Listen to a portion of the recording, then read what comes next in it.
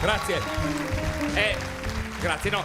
Io stamattina mi sono svegliato, ho visto che c'era il sole e ho pensato finalmente è arrivata la primavera. E mi sono ricordato di tutti quei siciliani che dicono no, non mi piace l'estate, meglio l'inverno. Meglio l'inverno, ma noi non siamo fatti per il freddo, tant'è che le nostre espressioni sono sempre negative quando sono legate alla pioggia, al malo tempo. Già, la stessa parola tu dici, malo tempo, vuol dire che non promette nulla di buono, tant'è che un palermitano se si innervosisce, lega le cose e ti dice, così, l'ha picchiato mai una tempesta un po' l'ate.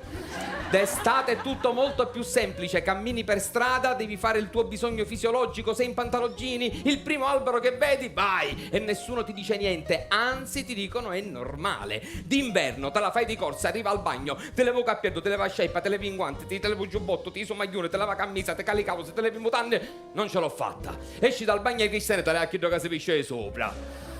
Per strada cammini tranquillo d'estate, d'inverno improvvisamente scoppia la tempesta e trovi tombine attoppate, tombini stoppate, strade scassate, fiumi d'acqua che ti spuntano tra i piedi che tu dici ma non sogni a Venezia, e quelli con le macchine che passano che se ne fottono e ti schizzano addosso questa onda di acqua fangosa che tu arrivi a casa che sei color marrone fango. Ma qui il problema non sono né le strade scassate e neanche l'inverno, qui il problema è che ci sono troppo fagni in mezzo alla strada. Se fosse stato per l'inverno, Baglioni non avrebbe scritto quella sua maglietta fina tanto stretta al punto che immaginavo tutto. Avrebbe scritto quel suo cappotto pesante di lana tanto spesso al punto che mi si è ammosciato tutto. D'inverno ti dicono vai a fare la settimana bianca, anche io faccio la settimana bianca. Ma quale settimana bianca? Con quel freddo vuoi dire diventa tutto nego che assai ti fai la settimana in bianco. Tant'è che come si dice? C'è un freddo che carenace de moite.